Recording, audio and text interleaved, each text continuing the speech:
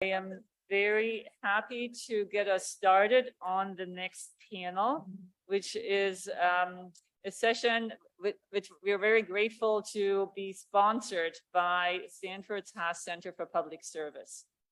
And we'll be talking about community university networks for learning, research, and collective action across institutions. And the moderator for this session is my collaborator and a good friend, Esther Conrad here. Esther received a PhD in environmental science, policy, and management from UC Berkeley with research in water governance and climate change. And she has been in the environmental field and in environmental collaboration for more than 20 years.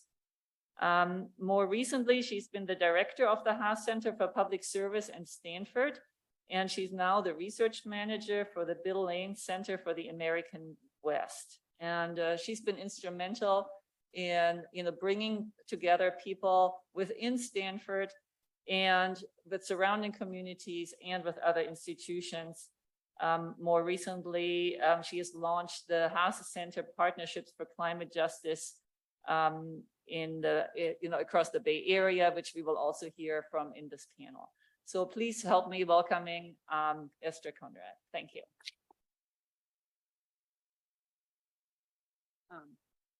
Well, thank you very much for that very generous introduction. And I do want to make one just slight modification, is that I was the director of community engaged learning and for environment at the Haas Center.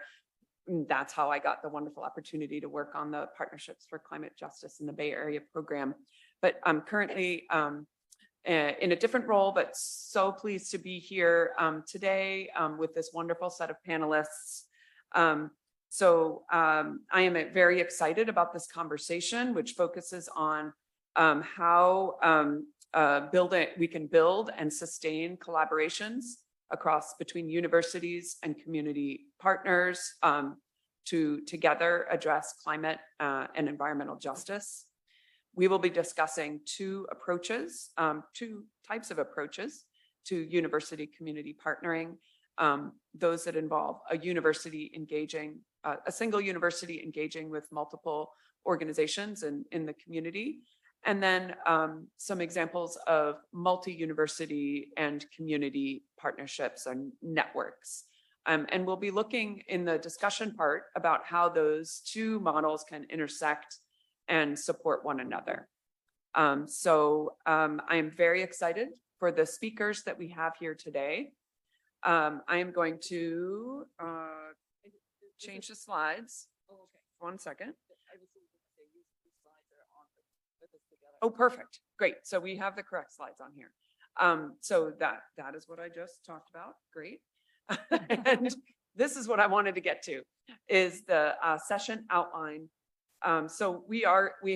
Because we are running a little bit behind, we're going to do 10 minutes each for the presentations, but we're going to save the question part for the discussion and Q&A. So I hope that we should still have plenty of time for some questions and answers and discussion. I'm going to start that discussion session by maybe posing one question to each of the panelists so that we can get the conversation going, but really look forward to your participation. For those online, I believe I will be able to see the chat or Q&A thing, so I will be on the lookout for that. But so hopefully you'll be also able to participate in that. Okay, so I am now going to introduce our panelists. We're going to do this very briefly. I wish I could do an extended introduction, which Iris was very generous about, but I do want to make sure we get time for the presentation. So we're first going to hear from two speakers representing CommUniversity at San Jose State University, Katherine Cushing, who's a professor of environmental studies at San Jose State, and Raji Rajesh, Master of Science in Environmental Studies at San Jose State, and also the project coordinator for the Growing Sustainably program of CommUniversity. And next, we will shift to the Partnerships for Climate Justice in the Bay Area at Stanford University. And we'll be hearing from Alex Wheeler, who is Program Associate for Environmental Sustainability at the Haas Center for Public Service at Stanford, and Caroline Beckman, who is Resilient Homes Program Manager at Climate Resilient Communities. Following that, we're going to move to our multi-university partner networks. First, we'll hear about the Northern California Environmental Justice Network for Community University Partnerships in Teaching and Research. And that Iris Stewart-Frey, Professor of Environmental Studies at Santa Clara University, and also Claire Pache at Postdoc Researcher, Water Equity Science Shop at University of California. And finally, our last presentation, last but very much not least, is Anna Johnson, who's going to be Senior Program Manager at the North America Laudato Si movement, who will be speaking on their initiatives linking communities. And I finally, before I shift, I do want to send a big thank you to the organizing committee for this particular panel. And that includes several of our speakers, as well as Sybil Diver, who's also joined us here on the panel, has been a really key part in organizing this panel. So Sybil Diver is with the Earth Systems Program and Environmental Justice Working Group at Stanford University. And in addition, this panel was organized by Iris Stewart-Frey, Katherine Cushing, Alex Wheeler. And I hope I'm not forgetting someone there. Okay. Great. So let's move on. I'm going to do my, let's see, stop share. I'm going to get the right slides up, and then we are going to shift. So if our first speaker is going to be the speakers from San Jose State University, and I'm going to minimize this, get to this. Okay, I think I'm Great. okay. Hi, everyone. Can you hear me okay? Yes. Okay. I see heads nodding in the back. So thank you so much for coming on a Friday. This just is a demonstration of your commitment to environmental justice, that you're spending your valuable time during the busiest time in the academic year for many of us. My name is Katherine Cushing. I'm a professor and chair of the Department of Environmental Studies at San Jose State. I'm here with my lovely colleague, Raji Rajesh, who's a master's student also in environmental studies at San Jose State. And we're here to talk to you today about the environmental justice work of CommUniversity, which is a innovative public-private partnership for community engaged learning at San Jose State. We'll start telling you a little bit about the foundations of the organization and our mission so you understand the context, and then provide you with a little bit more of a deep dive into our EJ focused and EJ related work, because we do kind of a host of things all in support of underserved residents in Central San Jose. Thank you. Next slide, please. The power of the clicker. Yeah.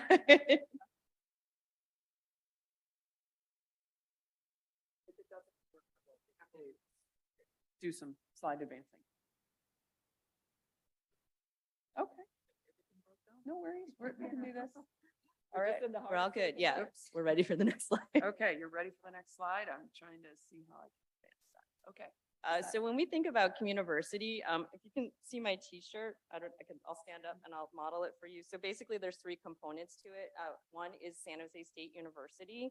The second component is the city of San Jose. We're actually kind of co-located with the city. You can walk 5 minutes and like be in City Hall and go visit colleagues there. And then the third, this little house, the house right here with the tree, that stands for the residents in our community. So we call ourselves kind of a hyper-local, place-based initiative, a little tiny. If you see the gray like rectangle in the middle of the graphic, and you remember in third grade when you use like compass to make circles? Okay, so San Jose State is the pointy end of the compass, and then you draw a circle with a radius of 1.5 miles. Like that is our service area. We are so hyper-local, and we've been there since we started working on projects, community engaged learning projects in 2000.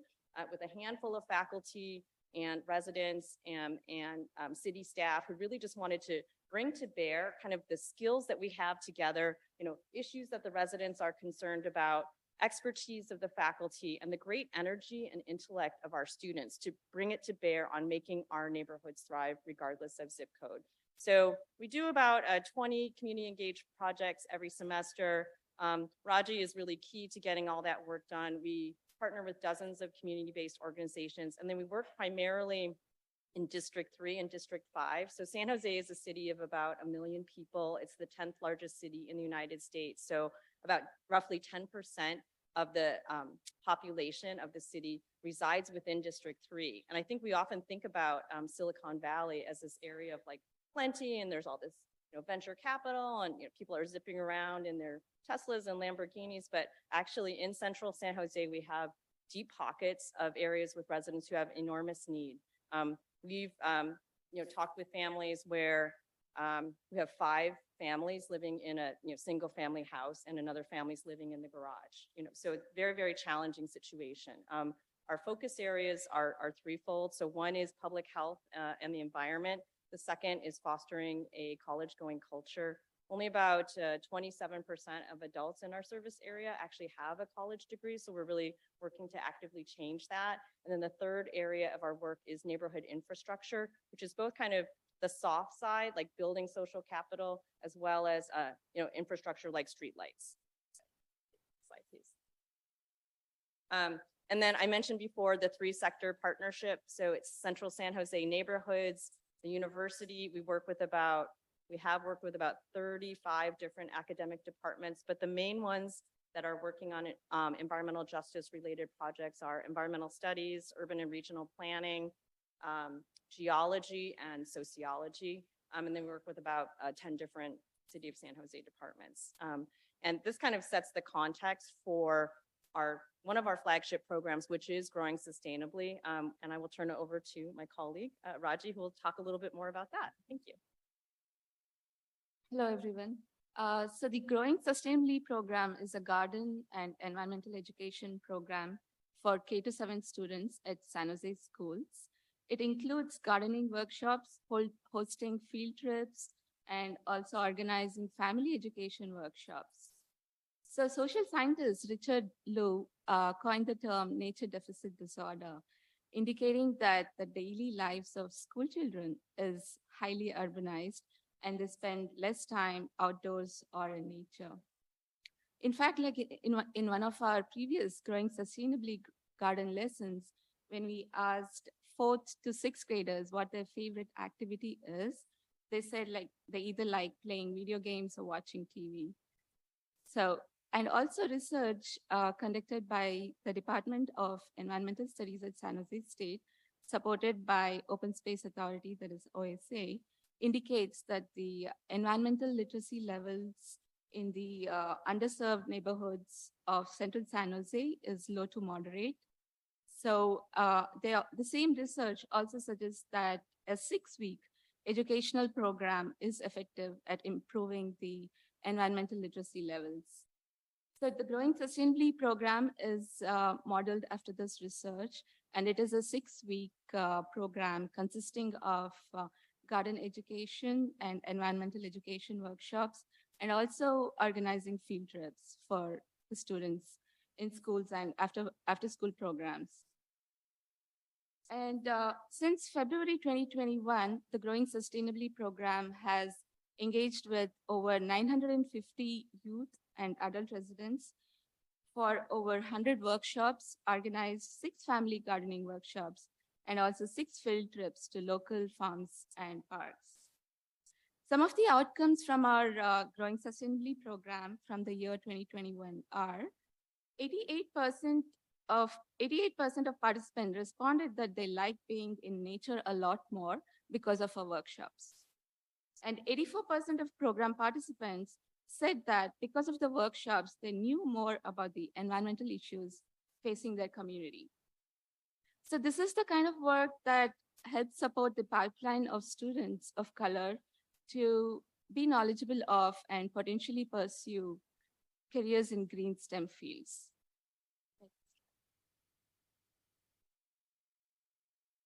Yeah, so this slide here is an example of the network of organizations that we work with for the Growing Sustainably program. Most importantly, we coordinate with the principals and teachers at schools and after-school program managers to design, schedule, and implement lesson plans. and conduct education fairs on site at our partner schools. Also, the academic departments, such as the Department of Environmental Studies and Public Health at San Jose State, provide us the people power, that is the students who serve, develop, and deliver lessons to K-7 students. And we also coordinate with the government agencies such as the City of San Jose Parks Recreation and Neighborhood Services and Open Space Authority, and also nonprofits like Keep Coyote Creek Beautiful and the Campus Community Garden.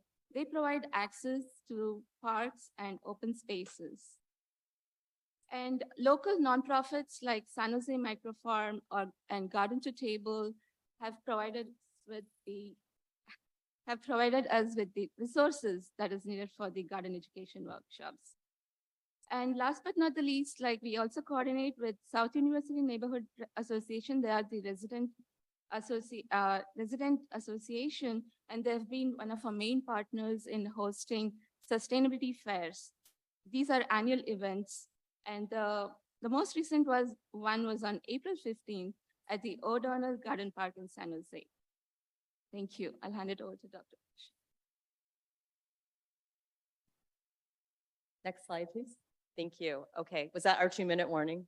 Yeah, okay, so I'm gonna talk faster. So the network that you saw here is replicated in some of the other projects that we have. So you can just kind of imagine for each of these other 4 types of projects that other networks are used. But because we have such a long history of working with certain partners in the area, we can draw upon those partners and kind of cross-pollinate for different programs. So for example, we have a flood preparedness program for K-6 students. Our neighborhood was one of the ones that was very damaged by the 2017 President's Day flood. Does anybody remember that? Yes, yeah, it was crazy. So 14,000 people were evacuated, a lot of them from our community, low-income apartment livers. They lost all their belongings. So we're working on those kinds of projects. We also have a project called the Community Leadership Program, which is specifically for emerging and established Spanish-speaking leaders to identify priority issues. So those kind of arise organically from whatever residents think is important. And oftentimes there is an environmental component to the issues they identify, such as blight and traffic safety. We have done a study on illegal dumping. That was a really cool, I never got so car sick in my life, like driving up and down 12 square miles of like illegal dumping hotspots. So we could talk about that later if you're interested. There was a GIS component to that. And then for other communities, we also engage in community planning projects that kind of adopt a neighborhood, and we talk a lot with the neighbors and the nonprofits to find out what their community assets and aspirations are. You may recognize this name of the neighborhood Delmas Park. This is the neighborhood that's adjacent to and co-located with the dozens of property that Google has recently purchased near the SAP Center where the San Jose Sharks play. And this area is really at risk of gentrification. So I want to be very respectful of our time. We have some other information about what makes the partnership sustainable, because I think a lot of times you've heard wonderful stories today and yesterday about what happens, but I think the why is also really, really important. So I have more slides on why, but I can't talk about them right now because I'd like to be respectful to my colleagues. So we'll talk about that later. Wonderful. Thank you. Thank you so much. And let's definitely, we're going to get through the presentations, but I really hope we will have some time for you to elaborate on that. Great. So let me pass it to Alex Wheeler and Caroline Beckman. I'm going to get your slides up as quickly as I can. And here we go.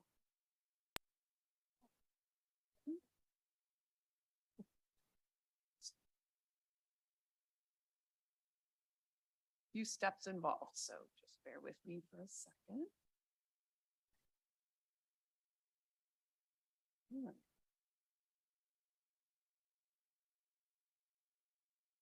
Okay, over to you. And I'm happy to advance slides. Perfect, thank you. Yeah, thank you so much. Carolyn and I will be talking about partnerships for climate justice in the Bay Area, and specifically the collaboration that we have with climate resilient communities.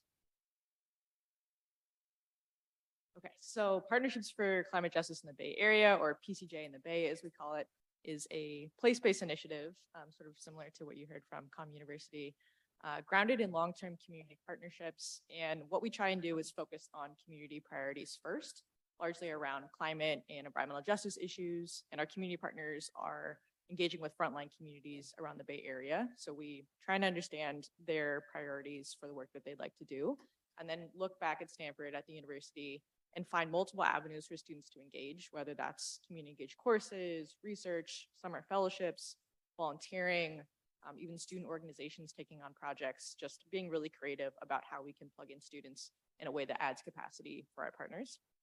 We place a dual emphasis on student engagement and community impact. So as much as we want students to learn, we also want to make sure that the work that they're doing is valuable to our partners and will have a positive impact. And lastly, we're led by an advisory board made up of community partners, faculty, staff, and students who try and bring a holistic perspective to our programming and make sure that whatever opportunities that we're putting forth are going to meet all of these different stakeholders' needs. So here's a map of our PCJ in the Bay partners.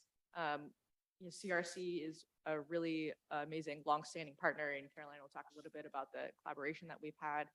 But we also have other folks like Valley Verde here in San Jose working on food sovereignty, Rise South City, a new organization who's focusing on community needs in South San Francisco.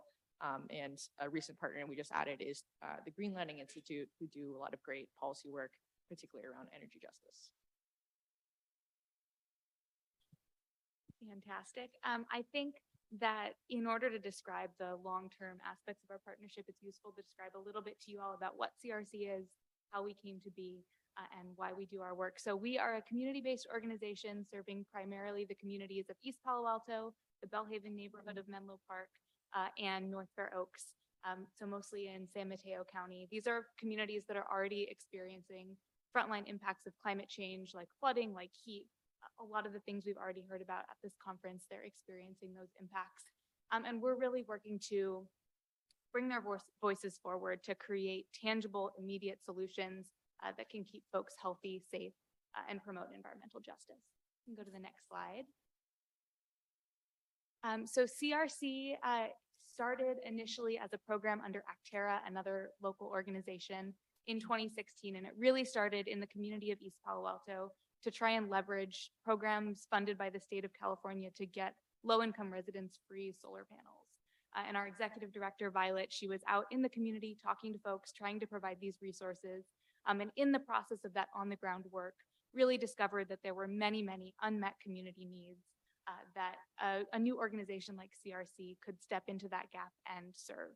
And so from there, I have a few dates pulled out here, but I think it's useful to describe that the partnership with Stanford started very early. It started before CRC was a full organization of its own.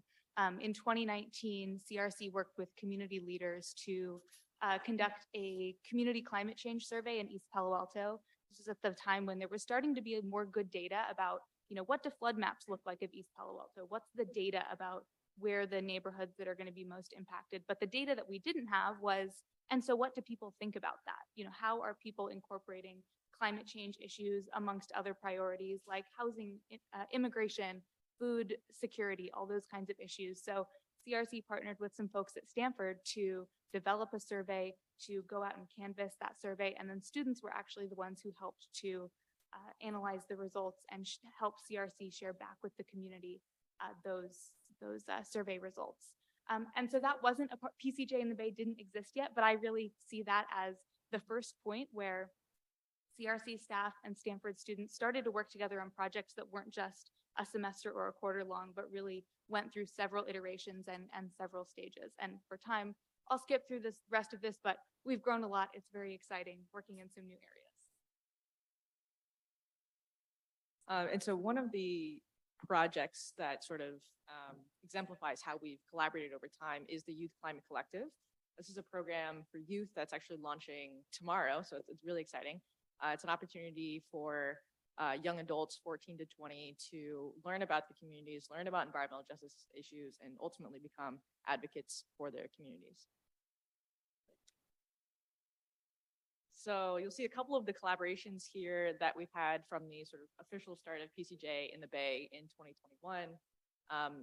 There was an Earth Systems course that convened a focus group of youth that supported the convening of a focus group of youth to try and figure out what young people would like to see in a program like this. That same summer, a summer fellow was able to analyze those results and plan an event launch. The following spring, that same class helped to develop some communications materials and get information up on the website to try and do outreach.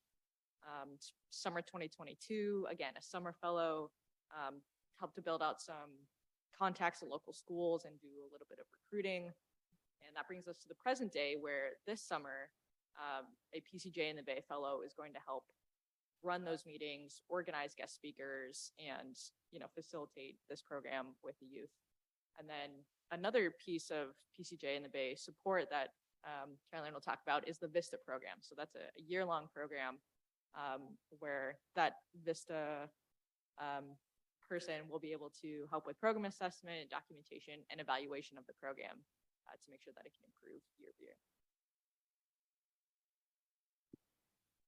Yeah, so I think something that timeline highlights really well is that PCJ in the Bay has some fantastic opportunities to get students involved at different scales. So there's, the semester or quarter length project where you have something small that they can work on for 10 weeks. You have the summer fellow who can really get engaged for 9 or 10 weeks full time. And then the AmeriCorps Vista program, which is having a full-time fellow placed in conjunction with Stanford and a community partner like CRC to really dig into big, meaty projects that you just really can't get at in those short time frames.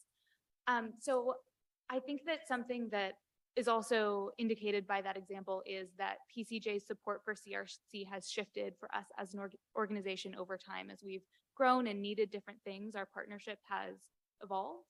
At the beginning of the Youth Climate Collective process and other projects, CRC, we were really short-staffed. There were 1 or 2 of us. We didn't have a lot of time. And so it was very useful to have students come in and help us run and direct programming, right? They were helping us run focus groups. They were helping us, put together the logistics for meetings, those kinds of aspects. Now, as we're getting a little more developed and we have some more ability to do those kinds of things in-house ourselves, we've seen that our fellows are more useful now in sort of documentation, capacity building projects where they might be able to help us write up reports of these events so that we can share them with partners and funders. They might be able to, help us do some research about how we can improve our program for future years. So it's less of a, direct, we need to, transport people from point A to point B. Can you help us with that? And a little bit more, how can we document this project well?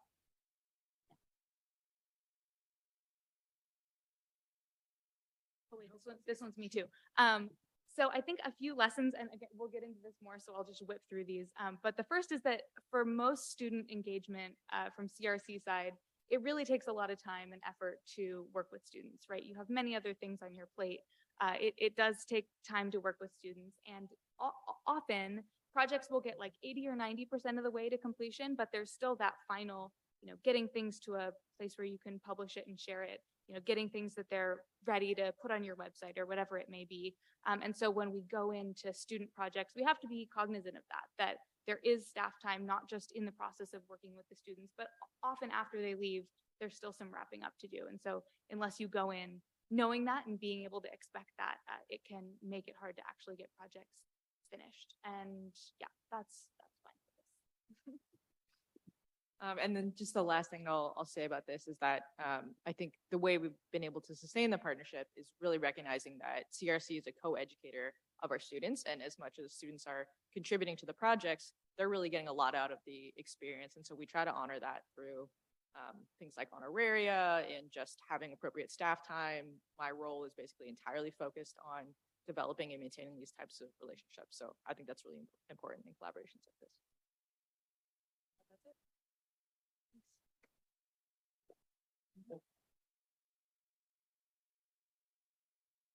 Thank you very much, Alex and Caroline. We are now going to shift to our second set of our second model or approach, multi-university networks and multi-university, multi-community partner networks. So I'm going to get the slides up for both Iris and Claire to present next.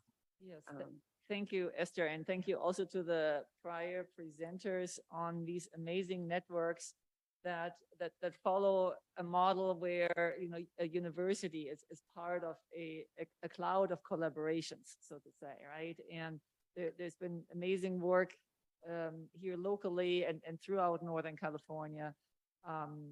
We heard about the very local partnerships with the CommUniversity, PCJ, and the Bay.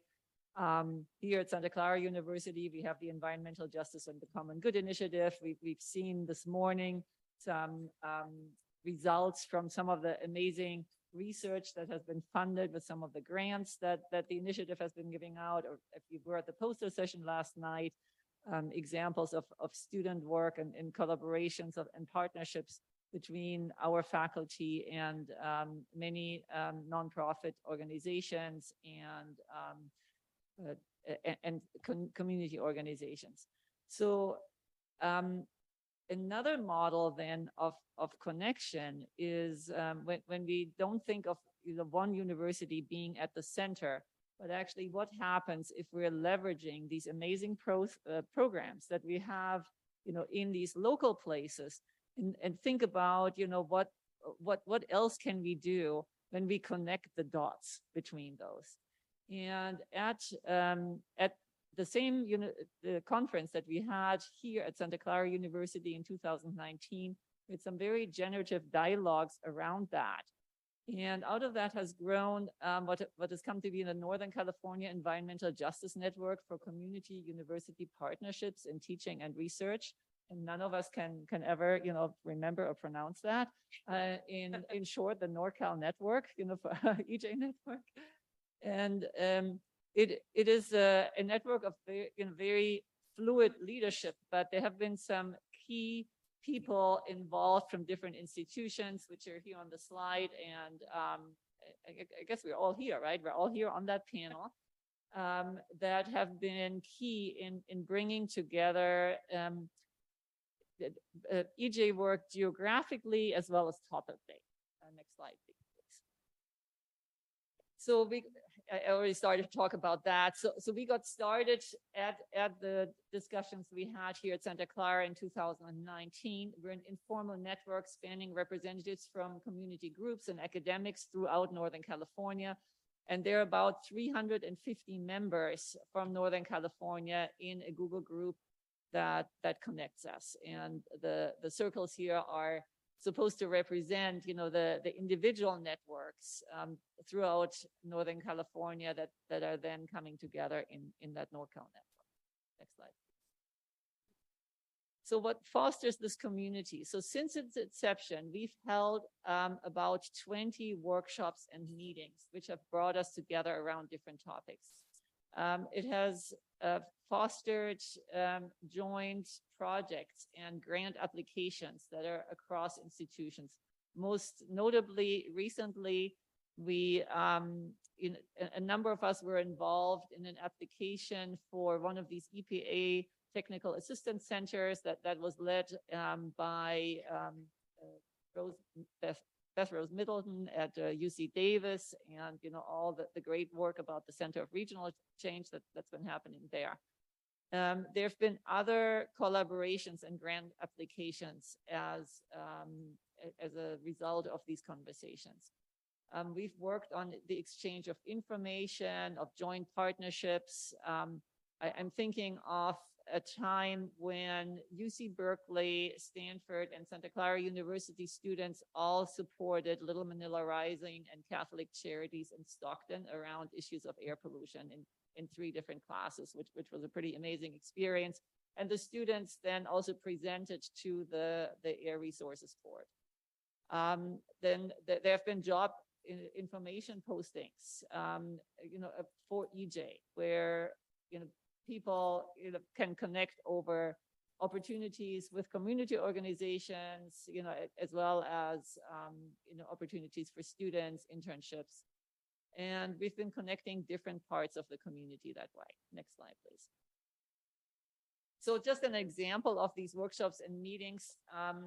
are listed here. So we've really emphasized in those learning from each other and strengthening the partnerships. So our early conversation centered on models of these partnerships and collaborations. Then we had some meetings where we're focusing on specific geographic areas. There were some San Joaquin community concerns in Stanislaus or Modesto or Stockton. We've had a session on EJ teaching, public comments on racial equity, coming together regionally about environmental justice. And then last year, we hosted 2 sequences of workshops about the human right to water in tribal communities and water justice on tribal lands.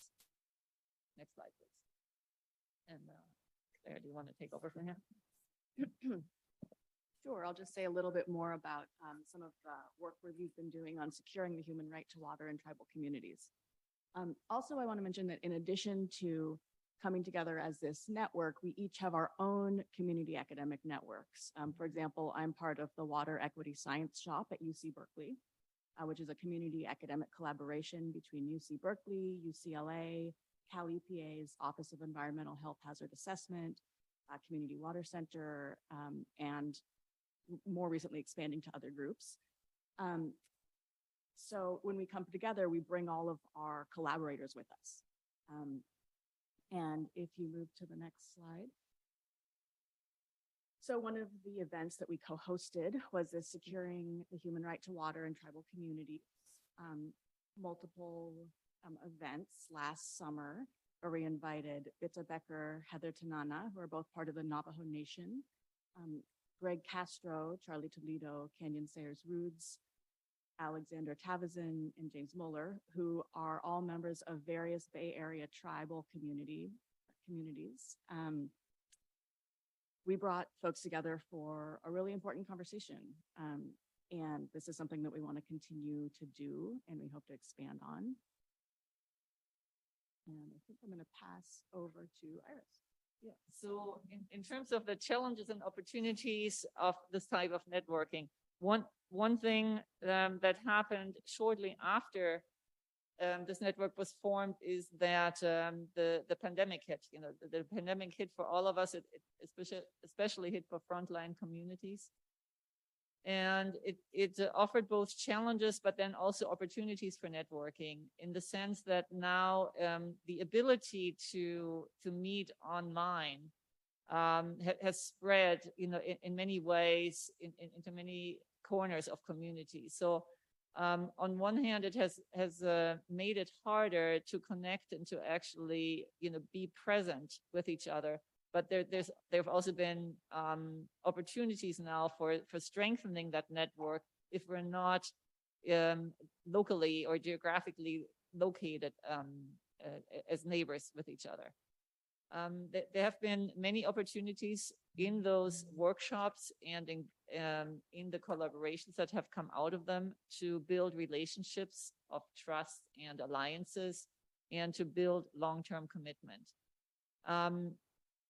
Some of the challenges that remain are you know, the usual associated with environmental justice work. It takes resourcing, not only in time and bandwidth, and you know, the financial part of the resourcing, the structure, the you know, continuing to make information available, being available at the right time with the right kind of resourcing for the right kind of partnership, but also to move beyond products to actually from analysis to real change and seeing this through. There's still too few generally of us that are being involved in this kind of work, although I think there's more broadly speaking, there's a lot more awareness even since 2019, and keeping that momentum going, keeping the coming together going is something that we continue to work with. So with that, I would like to pass it on to the next speaker. Wonderful. Thank you so much, Iris and Claire.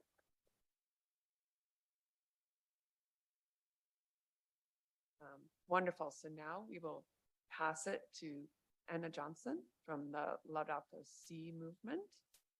And I'll get your slides going. Great. As she shifts the slides, I would just invite everyone to stand up and stretch if you need to for a minute. I recognize everyone's been sitting for at least an hour, and remembering that our bodies are also part of the earth, to just reroot ourselves in the fact that it's hot today, and our bodies maybe need to move a little bit. Great. Okay. Thank you. So again, I work for the Laudato Si movement, and part of the reason I had you stand up and stretch is because this might be a bit of a perspective shift from some of the conversations that have been happening here already.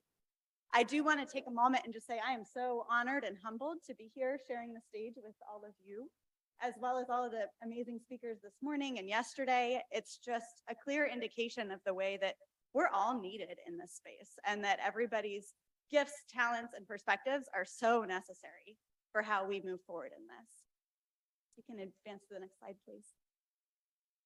So the Laudato Si movement was founded in 2015 when Pope Francis released his encyclical, which is a fancy word for saying basically an official document from the church, from the Pope, called Laudato Si, which is praise be to you, my Lord, about creation, our call to care for our common home. That was coincided with, perhaps you remember in 2014, there was big mobilization of people around the world for the global climate marches. There was a huge march in New York City, as well as in other major cities around the world. As our founder looked at these marches that were happening and the co-sponsoring institutions, he recognized a profound lack of Catholic institutions helping sponsor these marches. And while we knew that Catholics were absolutely participating, they were some of the people showing up, the fact that we were not mobilizing around this faith was a point of interest, and perhaps a challenge that he said, this is a need that needs to be met. Many religious thinkers, as like in the Christian tradition, the Catholic tradition, as well as the Sufi tradition, as well as scientists, agree that this issue is caused by a spiritual problem. And so the solution also needs to be spiritual. We have come to a distance between ourselves and nature, whereas we are actually rooted within it, as we just talked about. And so to recognize that our call to move forward in this needs to have a spiritual component as well, that this needs to be a part of it. And so we are a global movement working to inspire and mobilize the Catholic community, which is about estimated to be 1.3 billion people around the world. About 17.7% of our global population, about 61.9 million of whom live in the United States, according to a 2020 census, those who identify as Catholic. So how do we mobilize Catholics to care for our common home and achieve the climate and ecological justice that is demanded of us? Next slide, please. We recently discerned a new name called the Laudato Si movement. We originally founded it as the Global Catholic Climate Movement, but Laudato Si movement became our new name when we recognized that responding to this crisis was not just about responding to the climate crisis and the scientific model, but rather the entire wraparound, what we call integral ecology, rooted in the document itself. That idea that it is by essence a human, a social reality, that we are building all of these together in integral human development. Our mission is to, so when we think about that, it's really about climate and environmental justice for the common good, if you think about it. So it's sort of like this conference. From our organizational structure, you can see it here. We use the model of a tree with two main branches, one of which is made up of member organizations.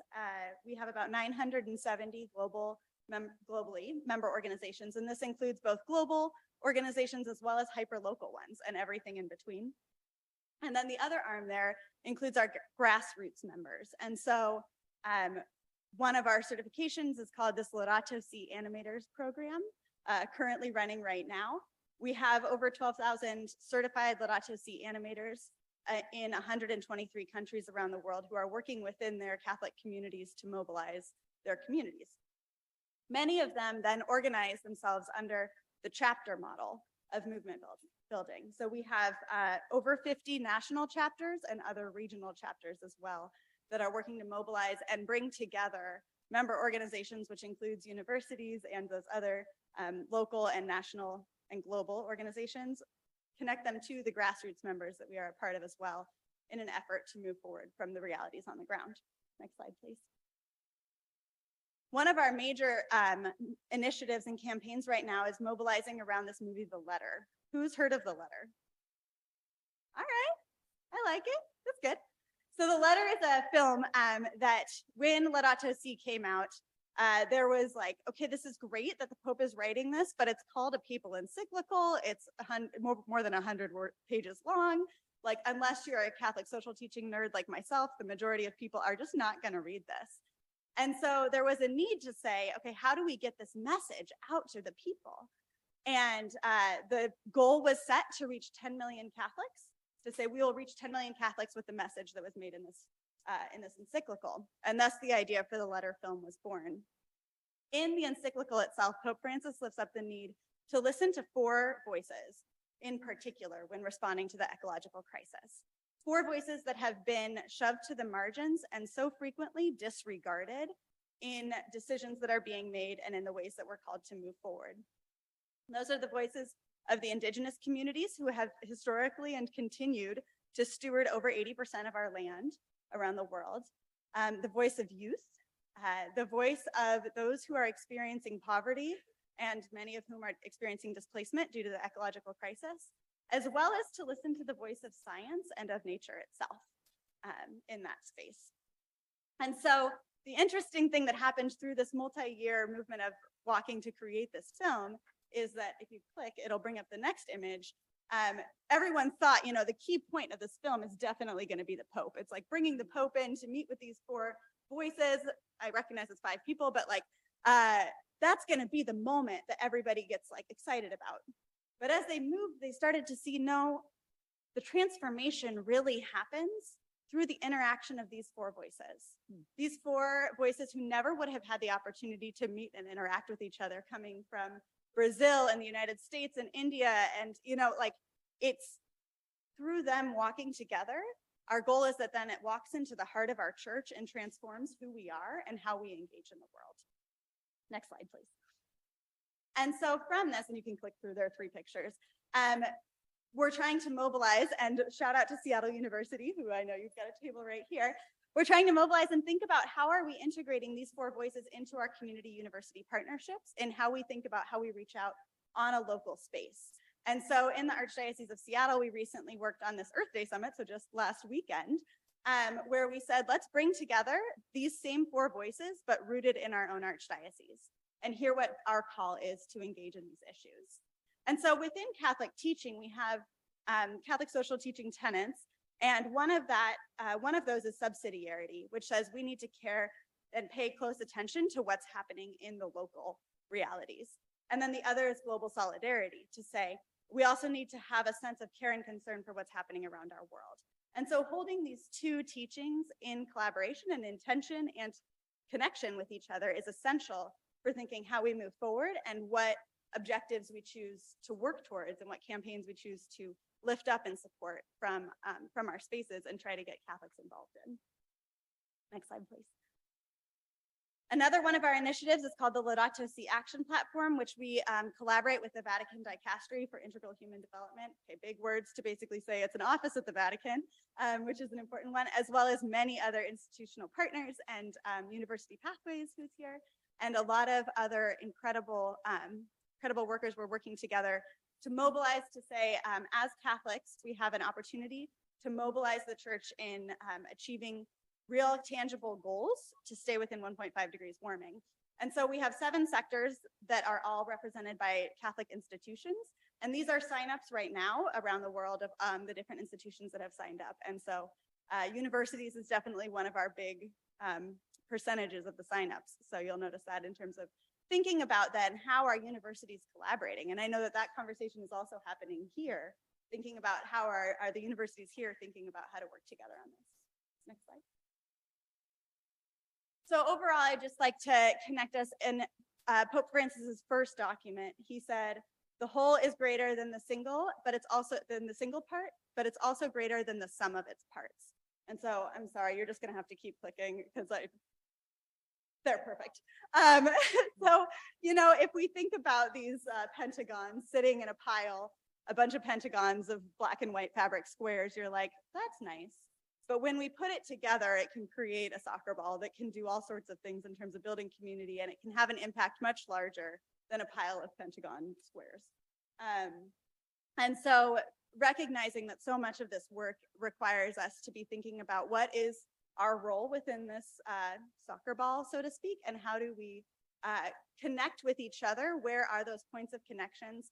How do we build them together to create something that is greater than the sum of the parts and as big as is needed to respond to the ecological crisis? Thank you.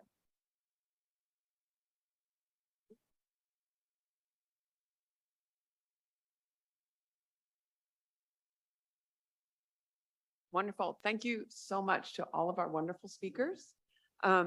We do have a few minutes left for some questions and discussion. I wanted to just pose one question to the panelists to just put these two types of models in conversation with one another. And then I want to see if there are some audience questions. So just the question to those who presented on the first set of presentations, the San Jose State and PCJ in the Bay, how has or would being part of these the larger networks change or enhance your work? And then for the larger networks, how do you interface with, like, these are actually two different models at different scales. So San Jose State's working really locally in a specific community. PCJ in the Bay is working sort of at a Bay Area scale, but also, kind of different scales. How do you interact with your network members to really enhance impact? So anything, and Sybil, please feel free to jump in as well. Who would let anybody have some thought they would like to share? And not everybody needs to speak, but whoever has thoughts.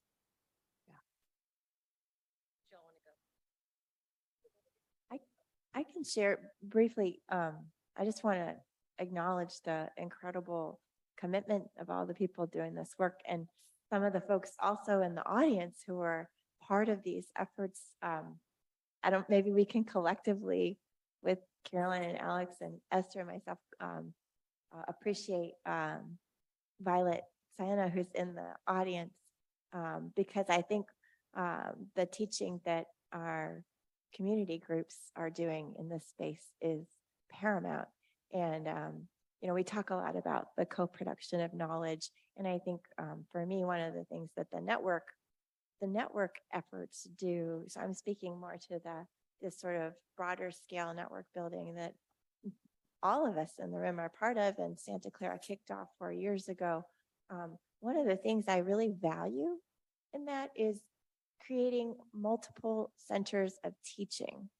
And so we're doing the community partnership work for student learning and also community impact. But I think that the teaching element is something that's also brought people together in a wonderful way.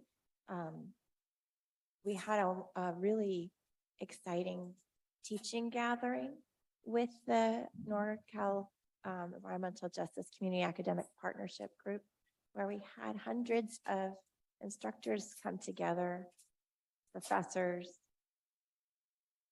lecturers, students, people who are community members, people who are teaching this work in different spaces and in different ways. And I love that we also have through that collaboration, we also have a website, ejteaching.org, and that is a repository for anybody who wants to share a syllabus. And so I think the opportunity to kind of have multiple centers and to lift up the community environmental justice education work that community members are doing themselves, in addition to the teaching that we do in the university, and to learn from each other about the different ways that we teach out this work is really exciting, and something that the network enables as also an intervention where knowledge production isn't held exclusively in the university, and where we really enable multiple centers of teaching, and we improve our teaching in the university by watching how our colleagues teach in the community. So thank you for allowing me to add that.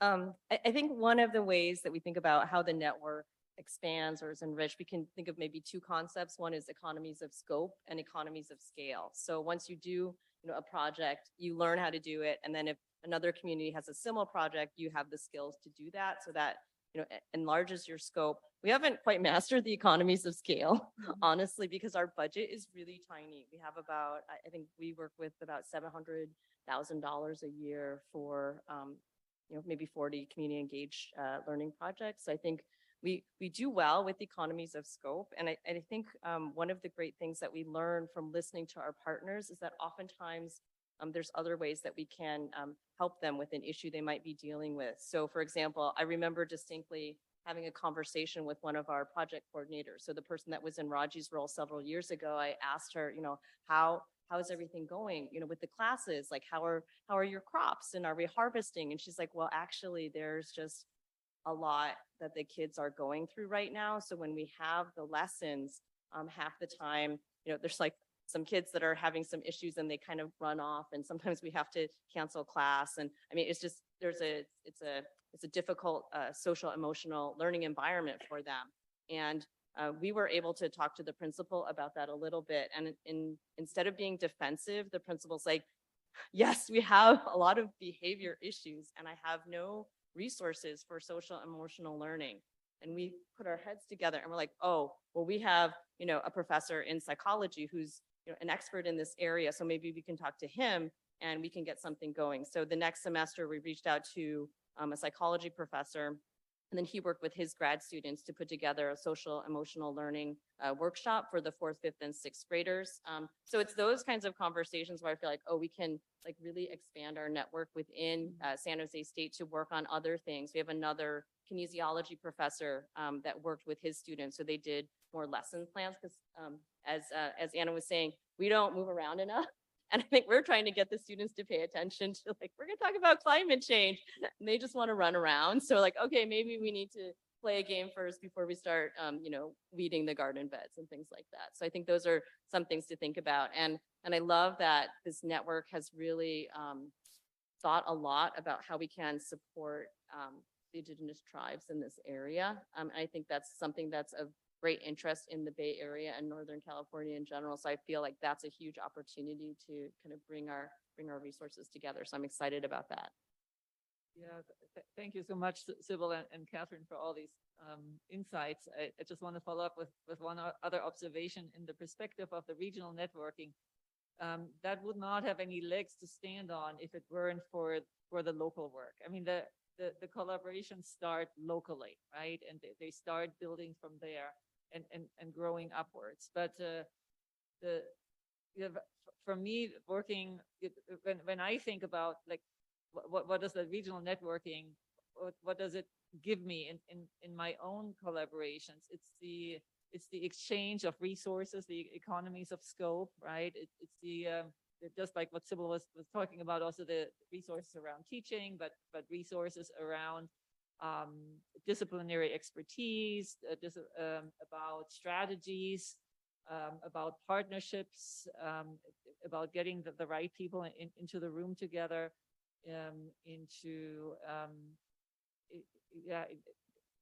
to advance the work overall. So I'm really grateful that both the local networking and the regional networking exists. And at Santa Clara, I feel like we're in a very unique situation as well. We're located in Silicon Valley.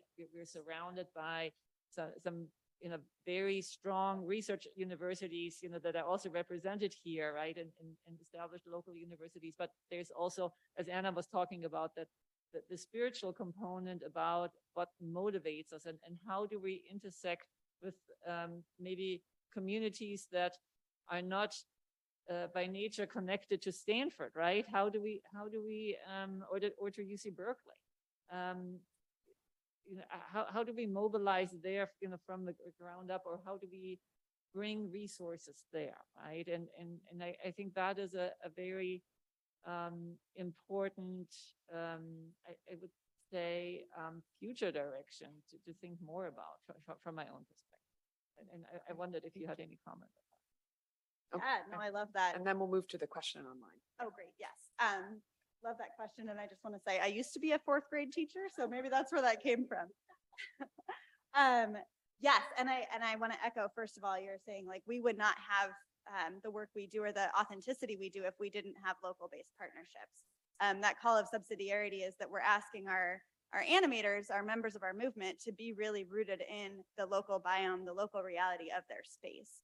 And so recognizing like our animators in Uganda right now are organizing around trying to stop the East Africa crude oil pipeline from getting implemented. Now, because we can have global conversations, our North American, our US animators are talking about, well, who's funding that pipeline? They're in the United States. What can we do to pressure them? And how can we have a sense of global solidarity, but rooted in everyone's local place and realities, their biomes, their financial realities, and everything like that. So, but within that space, Catholics, right, one of the gift of trying to mobilize within the Catholic space is that where else do you have a CEO sitting next to a janitor, sitting next to a university professor, sitting next to an engineer at the city light, sitting next to a shoe designer, right? And so part of this is we're trying to think about how to get Catholics to recognize that their identity being Catholic and rooted with the ecological reality and our care for and rooting within is that part of our way to show up in these spaces. And so, yeah, within that collaborative space and thinking about how we can, there are small groups organizing everywhere around faith and how to connect them and make sure that we feel welcome in each other's spaces, right? Thank you all so much for your rich answers there. We are going to go just another few minutes. I know lunch is waiting, but we started so late on this panel. I did want to make time for this. We received a question online, which is very relevant. Reflecting on the barriers that faculty might encounter to participate in community engaged teaching, service, and or research, what institutional features or mechanisms support faculty involvement at your institutions? Have you encountered challenges to making faculty involvement equitable across race, gender, or other lines? And what recommendations do you have for furthering faculty members' ability to engage in this work? So I wondered if anyone would like to talk. I'm happy to add some thoughts on that, but please go ahead. What a great question to start just a whole nother panel. Yeah, I know. And I recognize we only have a few minutes, but. Esther, do you want to start off? Well, this was part of, I guess, the purpose for my previous role at the Haas Center for Public Service was to, in fact, provide this kind of institutional support. And again, this is not to say this is the only way to do it, but there's a team of folks at the Public Service Center called Directors of Community Engaged Learning, whose job it is to facilitate that engagement, to really help support faculty who want to offer a community engaged course and provide both funding to, kind of help with the logistics of that, but also just brainstorm ideas about how to do projects within our crazy 10-week quarter system, and then connect across courses and sustain partnerships, I think, anyway, I'm sure Alex would have a ton of thoughts on how that's continuing. Anyway, but again, that's just what's happening at Stanford, but others who might want to comment on this. I can talk about San Jose State. It's a little bit different. I do try to fundraise individually to support faculty who collaborate with some of the flagship programs. So for example, for Growing Sustainably, I wrote into the grant that there's a faculty member that collaborates with us and she receives approximately, I think it's $4,000 a year. It's not that much, but it's something. We also have support for project coordinators like Raji. So Raji, for example, this is one of many projects that she works to support. So project coordinators have about 20 hours a week to support several faculty members. So there's a little bit of support for logistics. Sometimes we don't have support, financial support for faculty members. It's something that they have wanted to do, that they kind of approach us with. We are in the process of incorporating what we call the scholarship of engagement into our retention, tenure, and promotion policies. But I would say that conversation is really in its infancy, and I think it's going to take a lot of talking. The policy is there, but policy is different than the faculty members that are on the retention, tenure, and promotion committees. So this is kind of a new concept, and sometimes it doesn't relate. Sometimes the projects that the faculty do doesn't result in a paper. It doesn't result in a grant. It doesn't result in a conference presentation. You're really serving the community. So I think we're starting to talk about impact and documenting impact. So we're starting the conversation, but I'd love to talk to anybody here that has cracked that nut. And yeah, thank you so much, Catherine. In response, from the Santa Clara side to the question, I think the structural support, from all our experience, from the institutions is really key and directly leverages, what faculty members can do. And at Santa Clara University, we do have the Environmental Justice and the Common Good Initiative, which is a faculty collaborative. It has received funding from the university leadership, but it is not as established as a center, for example. It doesn't have that staff support. It doesn't have yet to that same degree or the same degree of permanence. And if we're thinking about environmental justice, we have to, think beyond 3 years. These relationships, we cannot give communities promises and then, thinking on the academic cycle, until the end of the next class, when, that particular faculty member is like running out of a contract or running out of resources, right? So for environmental justice work, we have to think about more permanence. And we're hoping to establish that here at Santa Clara as well. But, as the audience question suggests, it is absolutely key for more faculty to actually be able to become involved, to have the resources to do community-based participatory research, to involve students, to build the relationships, to have the mentorship, to have the support, and to have the small grants and to have the network support as well. Yeah. Okay, Sybil, you can, and then we'll wrap. One more. Yeah. I wanted to add briefly on this really important question. I think the resources aspect is extremely important for enabling more faculty.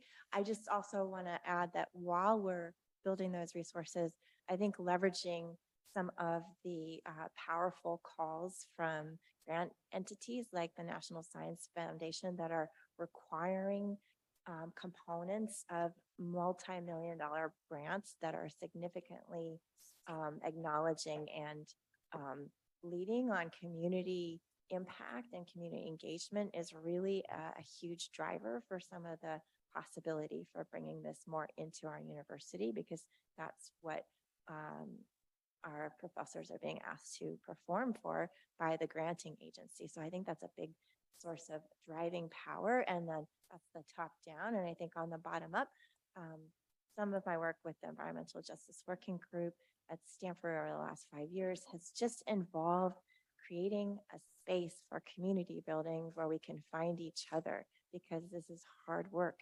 And I think that base building and that community building and the nurturing that Santa Clara University is so good at, and providing that nurturing space, providing space for people to have food together, to enjoy each other, to commiserate with each other, to dream with each other, that invites people in, because it's life-giving, not death-dealing kind of energy that comes through that collective action and that bottom-up work together, whether it's just faculty and staff, students.